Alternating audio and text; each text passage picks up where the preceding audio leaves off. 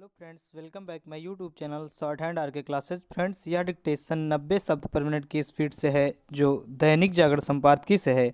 Daily नए नए dictation पाने के लिए चैनल को सब्सक्राइब करें, साथ में बेल आइकन दबाएं। डिक्टेशन स्टार्ट होगा 5 सेकंड बाद।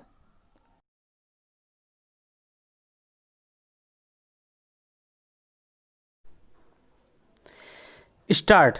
बीते कुछ दिनों से कोरोना मरीजों की संख्या में गिरावट के साथ कुल सक्रिय मामलों में कमी से यह उम्मीद जगी है कि जल्द ही इस महामारी पर काबू पा लिया जाएगा, लेकिन अभी इसे लेकर सुनिश्चित नहीं हुआ जा सकता कि ऐसी स्थिति कब आएगी।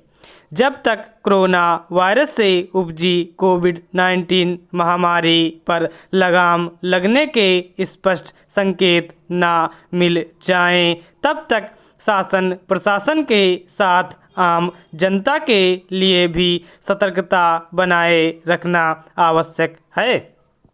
शायद इसी आवश्यकता को ध्यान में रखकर प्रधानमंत्री नरेंद्र मोदी ने कोरोना के खिलाफ बचाव को लेकर एक जन आंदोलन की शुरुआत की।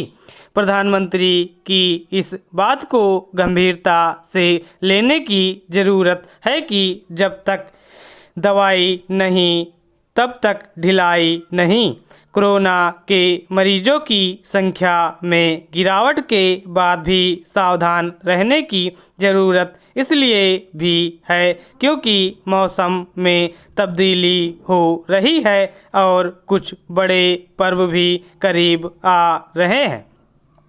मौसम में बदलाव देश के एक बड़े हिस्से में वायु प्रदूषण को बढ़ा सकता है और यह स्थिति कोरोना मरीजों के लिए घातक साबित हो सकती है। इसी तरह त्योहारों के अवसर पर शारीरिक दूरी के उल्लंघन के कारण भी कोरोना वायरस का संक्रमण बढ़ सकता है।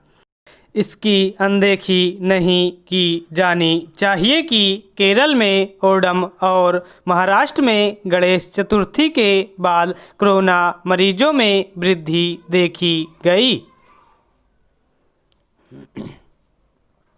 केरल और महाराष्ट्र के लोगों ने जो गलती की उससे शेष देश के लोगों को सबक लेना चाहिए, इसलिए और भी कि अभी इस बारे में सुनिश्चित नहीं हुआ जा सकता कि कोरोना संक्रमण की दूसरी लहर नहीं आएगी।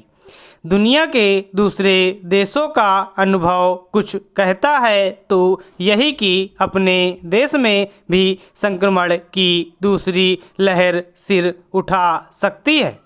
इसकी नौबत नहीं आने देनी चाहिए, अन्यथा रफ्तार पकड़ती आर्थिक व्यापारिक गतिविधियां फिर से शिथिल हो सकती हैं।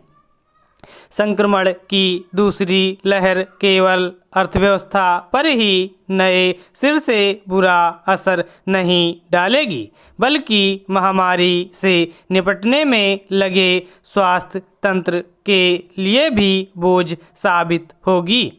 यह सही है कि लोग महामारी से उपजी परिस्थितियों का सामना करते करते उकता गए हैं, लेकिन इसका यह मतलब नहीं कि संयम और सतर्कता का साथ छोड़ दिया जाए।